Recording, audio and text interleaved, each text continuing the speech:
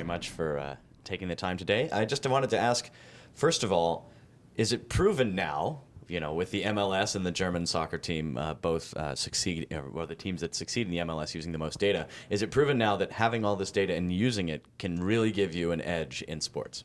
Oh yeah, most definitely. I mean, technology helps you get better, right, and gives you data, which you can then use it how you want to. And we see this technology getting more and more with teams, and it's happening now. More and more teams are using that, so we think like it's going to be more of the norm in the future. Mm-hmm. And using all this data and tracking all this data, are there any insights that maybe these teams have gotten that they weren't able to understand before that you've talked to them about? Yeah. So definitely putting these sensors on the body, right, and tracking what these players do, not just the physical but the physiological, that is all information that is useful and relevant, right? Some of that has been there in the past, and more is coming in the future. Now the fact that we can put all these sensors and let them do exactly what they're doing without hindering them gives more real contextual data, information that you can convert into valuable insights. One of the things that nobody managed to ask during your talk, and I've been dying to ask, is I've got to imagine that your biggest nemesis in what you do is the washing machine. Yeah. So how do you build fabrics and textiles? That's a great question. See, electronics and washing machines don't go very well together, No, right? I mean, you know that from your iPhone or smartphone, right? So, for example, the MyCoach Elite shirt that I showed on the slide, right? The shirt itself actually can go through laundry, right? So we've designed the textile sensors so that they can actually go through your regular laundry. I talked to you about the heart rate monitoring sports bra. That heart rate monitoring sports bra can go into your regular laundry, and we know that people have gotten through laundry again and again. The smart shirt for elite players, it's like it was designed to go for at least 50 washings, right? But it can go for longer.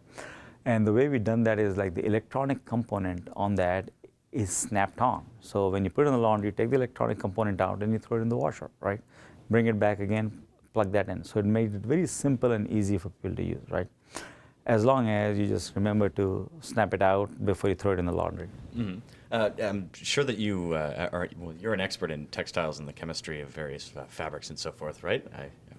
I know a little bit about that. Yes. I figure, considering your education background.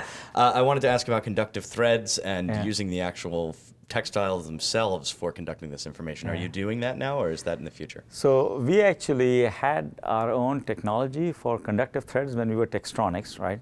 And at that time, our business model was to bring these components for people to do more smart textiles, right? But since then, we've evolved where we actually do the full systems as opposed to individual materials or components. And at this time, so that we can do the best full system together, we get the best components that's available either in-house or from outside, right? So as a result, then we use sometimes our own components, and sometimes we use other people's component that makes the system better. Are there any interesting advances going on in that area that you're watching closely? Yeah, so actually there's a lot of work going on in those textiles, and there's a lot of work going on in the universities, and we actually partner with some universities on that work as well. And then obviously there are a lot of activity going on, particularly with startups. And I think that is going to continue to evolve and get better, right? And that helps in multiple ways, like you can probably then detect more things, right? Sensors which are more capable than they are today.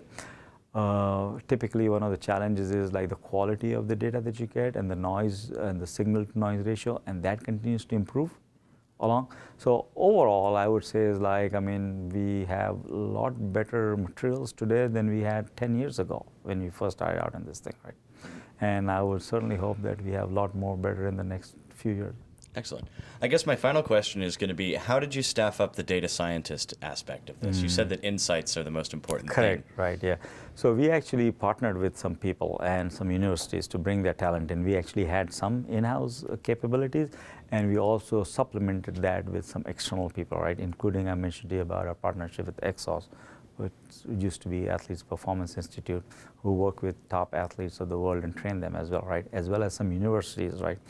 Which do a lot of that, and so that's what we sort of brought in all together, right, as the best team possible to bring these insights. So you're actually grabbing them as soon as they come out of university?